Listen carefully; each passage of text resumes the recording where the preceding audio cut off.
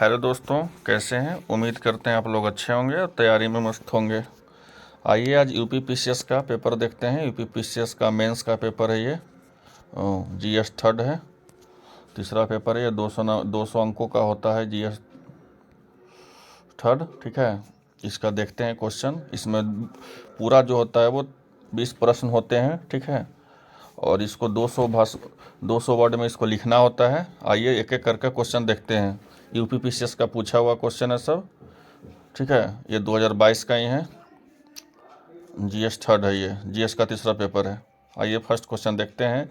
First question है कि digital कृषि से आप क्या समझते हैं और इससे प्राप्त होने वाले लाभों पर टिप्पणी करिए। मतलब कि digital agriculture, what is a mean of digital agriculture. Digital agriculture होता क्या है, जिससे कृषि में उसका फ़ायदा और नुकसान क्या होते हैं। ठीक है ना, और उससे पर्याप्त लाभ पर टिप्पणी कीजिए। उससे डिजिटल कृषि जब आया है तो डिजिटल कृषि से क्या लाभ होता है और क्या हानि होता है, इस चीज़ को ये तुलनात्मक इसमें वृद्धि करना है। ठीक है, और इसको लिखना है 200 शब्दों में लिखना होता है क्वेश्चन का। दूसरा क्वेश्चन देखते हैं। आपूर्तन श्रृंखला प्रबंध क्या है। आपूर्तन श्रृंखला प्रबंध क्या है, भारत में खाद्य प्रसंस्करण उद्योग के संदर्भ में इसके महत्व का प्रकाश डालिए। ठीक है, अब ये हो गया chain management. Supply chain management क्या होता है, इससे क्या फ़ायदा है भारत खाद्य का, ये आपको उसमें उसका संदर्भ में उसको प्रकाश डालना है। ठीक है ना, ये सप्लाई चेन मैनेजमेंट पे। चलिए तीसरा क्वेश्चन देखते हैं। थर्ड क्वेश्चन है कि पीएम गति शक्ति योजना के स्तंभों को बताइए। पीएम जो गति शक्ति योजना है, पीएम के थ्रू कितना सारा योजना आया हुआ है। ठीक है ना, बहुत सारा है। ठीक है, लेकिन सब योजना को नहीं, ये पीएम गति शक्ति योजना पूछ रहा है कि गति शक्ति योजना के स्तंभों को बताइए और उसके विचार को प्रतियोगिता और संयोगिता को जनित कीजिए। मतलब पीएम गति शक्ति योजना होता क्या है, इससे पॉजिटिव क्या फ़ायदा है, इससे निगेटिव क्या फ़ायदा है, इसके बारे में बताना है। चलिए चौथा क्वेश्चन पे आते हैं। वित्तीय समावेशन सामाजिक न्याय प्राप्त करने के लिए विकास प्रक्रिया का एक महत्वपूर्ण हिस्सा है। वित्तीय समावेशन ये क्या होता है, ये फाइनेंशियल इंक्लूजन क्या होता है, उसके बारे में सामाजिक न्याय प्राप्त करने के लिए विकास प्रक्रिया का एक महत्व का हिस्सा है, इसका टिप्पणी करना है। पांचवा क्वेश्चन पे आते हैं। भारत सरकार के वर्तमान औद्योगिक नीति का मेक इन इंडिया जो 2014 में किया गया है, ये लाया गया है, और स्टार्टअप इंडिया के विशेष संदर्भ के मूल्यांकन करना है कि भारत में। देखिए इसमें पूछा क्या क्वेश्चन, यहाँ पे ध्यान देना है एक बात कि ये पूछा है कि सामाजिक न्याय पे ये पीएम गति शक्ति योजना के बारे में। ठीक है ना, ये योजना ये पूछा। और देखिए मेक इन इंडिया और स्टार्टअप इंडिया, मतलब समझ लीजिए कि पीएम के थ्रू या कोई भी स्टेट गवर्नमेंट हो या सेंट्रल गवर्नमेंट हो, कोई भी योजना होता है वो बहुत ही इंपॉर्टेंट होता है, उसके बारे में अच्छा से जानना चाहिए, उसके बारे में लिखने के लिए अच्छा से आना चाहिए। देखिए क्वेश्चन पूछा हुआ है, 2 क्वेश्चन तो ऐसे ही पूछा हुआ। ठीक है ना, 68 नंबर का ही क्वेश्चन है ये। तो इसमें पीएम मेक इन इंडिया और स्टार्टअप इंडिया के विशेष बारे में क्या क्या फ़ायदा है, क्या क्या नुकसान है, ठीक है ना, इसके बारे में बताना है। चलिए छठा क्वेश्चन पे आते हैं। राष्ट्रीय सुरक्षा में विज्ञान एवं प्रौद्योगिकी का भूमिका का विवेचना कीजिए। मतलब जो आपका रोल ऑफ साइंस और टेक्नोलॉजी है वो नेशनल सिक्योरिटी में क्या इसका फ़ायदा है और क्या इसका लॉस है, उसके बारे में इसको बताना है। ठीक है, अब 7वां क्वेश्चन में आते हैं। ई प्रदूषण तथा आंतरिक प्रदूषण को समझाइए। मतलब ई पॉल्यूशन क्या होता है और स्पेस पॉल्यूशन क्या होता है। ठीक है ना, और इसको सुझाव देना है। 8वां क्वेश्चन पूछ रहा है उत्तर प्रदेश में निर्मित हो रहे रक्षा गलियारा परियोजना। देखिए 3 क्वेश्चन आपको मिला है। ये रक्षा गलियारा परियोजना, ठीक है ना, ये देखिए स्टेट गवर्नमेंट का जो हम बोले अभी, ये स्टेट गवर्नमेंट का ये प्रोजेक्ट का ये बताना है, इसका योजना का। ठीक है ना, और यहाँ पे जो है देख लीजिए वो सेंट्रल गवर्नमेंट का है और startup India, make in India, और एक क्वेश्चन पीएम गति शक्ति योजना, ये भी जो है आपको सेंट्रल गवर्नमेंट का है। तो आप समझ सकते हैं कि योजना कितना इंपॉर्टेंट है क्वेश्चन में। चलिए उसी का रक्षा गलियारा परियोजना के समीक्षा को वर्णन करना है। 9 क्वेश्चन में देखते हैं कि भारत की रक्षा आवश्यकताओं को दृष्टिगत रखते हुए भारत सरकार की अग्निवीर योजना का विश्लेषण कीजिए। मतलब जो अग्निवीर योजना जानते ही होंगे कि ये 4 साल का ये जॉब होता है इसमें। ठीक है ना, फिर आपको आप 4 साल के लिए जॉब में आप ये जा सकते हैं, और उसके बाद फिर आने के बाद फिर आपको सर्टिफिकेट दिया जाएगा, बहुत सारा स्कीम दिया जाएगा। तो इस योजना के बारे में आपको लिखना है कि ये भारत की रक्षा आवश्यकताओं के दृष्टिकोण कि भाई अग्निवीर योजना है। ऐसे तो जानते हैं कि मिलिट्री का जो भी जॉब होता है थल जल वायु, ठीक है ना, ये तो शुरू से होता ही रहा है। लेकिन अग्निवीर ये जो 4 साल की ये जॉब है, ठीक है ना, ये भारत की रक्षा आवश्यकताओं के दृष्टिगत से यहाँ पे समझने का बात है कि analysis of government of Indian Agniveer plan to light of India defence needs. मतलब कहने का मतलब हुआ कि रक्षा आवश्यकताओं के दृष्टिगत रखते हुए कि रक्षा में ये 4 साल का भर्ती में बाय द वे क्या रक्षा है, क्या पॉजिटिव है, क्या निगेटिव है, इसके बारे में बताना है। चलिए 10वां नंबर पे क्वेश्चन देखते हैं। आपदाएं कितनी प्रकार की होती हैं, अब भारत में इसके प्रबंध पर व्याख्या कीजिए। तो disaster, how many types of disaster include the management of India. तो डिजास्टर के बारे में इसमें बताना है, ठीक है कि अब आपदाएं के बारे में क्या क्या होता है। पहले तो ये आपदा कहते किसको हैं, ठीक है ना, उसके बारे में लिखना है, और उसमें क्या क्या उसका पॉजिटिव वे है, को क्या क्या उसका निगेटिव वे है, इसके बारे में इस यहाँ पे बताना है। चलिए 11वां नंबर सेक्शन बी पे आते हैं। ये अब स्टार्ट हो गया आपका सेक्शन बी। सेक्शन बी पे आते हैं। समावेशी समृद्धि अब विकासात्मक रणनीति के केंद्र बिंदु बन चुकी है। भारत के संदर्भ में इस कथन का विवेचना कीजिए, ठीक है ना, कि जो ग्रोथ है ऑफ इनकम है, जो central point of development strategy, तो discuss the statement of in content of India also suggest remedial actions of achieve the growth. चलिए 12वां नंबर देखते हैं।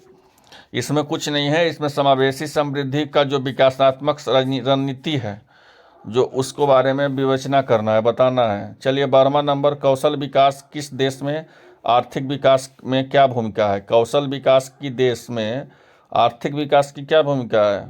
और उत्तर प्रदेश कौशल विकास मिशन 2022 में उद्देश्यों में उसकी मुख्य विशेषताओं का प्रकाश डालना है।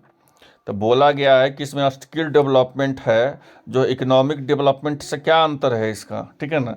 इसका highlight of the object of the main future of Uttar Pradesh skill development mission 2022, ये बताना है इसका। चलिए 13वां में आते हैं। इसमें कहना कुछ है नहीं, कुछ इसमें ये देखना है, ठीक है, इसमें ये देखना है ये वाला, ठीक है ना, कि कौशल विकास कि देश में आर्थिक विकास की क्या भूमिका है। मतलब कि जहाँ पे स्किल डेवलपमेंट है कंट्री में, वहाँ इकोनॉमिक डेवलपमेंट का क्या भूमिका है। What is role between skill development and economic development, ठीक है, उसी का हाईलाइट करना है। और फिर देखना है कि स्टेट का जो ये कौशल विकास मिशन है 2022 का, उसमें उसका मुख्य विशेषताओं क्या है, उसमें क्या उसका मुख्य उसमें ऑब्जेक्ट्स है, उसको हाईलाइट करना है। चलिए 13वां नंबर क्वेश्चन पे आते हैं। वैश्वीकरण और उदारीकरण की नीतियों का भारतीय अर्थव्यवस्था पर प्रभाव की विशेषता विदेशी व्यापार, पूंजी प्रवाहों एवं परिविधि हस्तांतरण के संदर्भ में व्याख्या करना है। इसमें जो है ग्लोबलाइजेशन और लिबराइजेशन जो पॉलिसीज है जो इंडियन इकोनॉमिक्स में, ठीक है ना, उसके पार्टिकुलर रेफरेंस को इसमें ट्रेड करना है। इसमें कैपिटल फ्लो क्या है, इसका फ्लो क्या है, और इसका टेक्नोलॉजी ट्रांसफ़र क्या है, उसी के बारे में बताना है, ठीक है। मोटा मोटी इसमें आपको ग्लोबलाइजेशन लिबरलाइजेशन के बारे में बताना है, मतलब उदारीकरण की नीतियाँ और भारतीय अर्थव्यवस्था के प्रभावों की विशेषता, इसके बारे में आपको बताना है। 14 नंबर क्वेश्चन पे आते हैं कि भारत की सौर ऊर्जा परियोजना में वित्तीय तथा तकनीकी व्यवहारिकता का परीक्षण कीजिए। देश से सौर ऊर्जा में प्रोत्साहन देने के प्रारंभ में की गई सरकारी योजनाओं की चर्चा की। ये पूरा पेपर देख के मुझे लग रहा है कि सबसे इम्पोर्टेंट इसमें अगर कुछ है तो वो है योजना है। अगर जिस बच्चे को योजना सबसे अच्छा से आएगा, ठीक है ना, योजना से तो इसमें 5+ क्वेश्चन पूछा हुआ है, तो योजना बहुत ही इम्पोर्टेंट है। इससे तो ये पता चल गया कि आने वाला भी एग्ज़ाम, ठीक है ना, आने वाला भी मेंस इसका बहुत इम्पोर्टेंट है योजना का। ठीक है। तो भारत के सौर ऊर्जा परियोजना की वित्तीय तथा तकनीकी व्यवहारिकता का परीक्षण करना है और देश में सौर ऊर्जा का प्रोत्साहन के लिए प्रारंभ में की गई सरकारी योजनाओं का चर्चा करना है कि भाई सौर ऊर्जा तो ठीक है और तकनीकी व्यवहारिकता का परीक्षण करना है, वित्तीय और तकनीकी व्यवहारिकता परीक्षण करना है सौर ऊर्जा का। और देश में सौर ऊर्जा का प्रोत्साहन के लिए सरकार के द्वारा जो जो योजना अब चलाई गई है वो कितना कारगर है इसके बारे में वर्णन करना है। चलिए 15 नंबर में आते हैं कि पूर्वी उत्तर प्रदेश में अपेक्षाकृत कम विकसित होने के लिए कौन से कारक उत्तरदायी हैं। ठीक है ना, जो पूर्वी उत्तर प्रदेश है आखिर क्या उसका है जो कम विकसित है, उसके बारे में क्या चीज़ कारदारक है, क्या पॉजिटिव है क्या निगेटिव है उसके बारे में लिखना है। ठीक है। चलिए 16 नंबर में आते हैं, नैनो टेक्नोलॉजी और नैनो साइंस के बारे में इसमें बताना है। ठीक है ना, कि what is difference between nano technology and nano science. ठीक है। अब विज्ञान और कृषि के विभिन्न क्षेत्रों में उसकी क्षमता और विस्तार का चर्चा करना है। बौद्धिक संपदाओं अधिकारों के संबंध मुद्दों के चर्चा करना है, इसमें उल्लंघन को कैसे रोका जाता है उसका दिखाना है। 18वां क्वेश्चन में देख लीजिए, सैन्य तथा असैन्य क्षेत्रों में कृत्रिम बुद्धि की भूमिका को प्रभावों का तकनीकी व्याख्या करना है। मतलब आर्टिफिशियल इंटेलिजेंस का आपको मिलिट्री और सिविल सेक्टर में क्या क्या इम्पोर्टेंट है, क्या क्या इम्पोर्टेंस है उसके बारे में बताना है। किसके बारे में बताना है? एआई के बारे में। आर्टिफिशियल इंटेलिजेंस ये होता क्या है?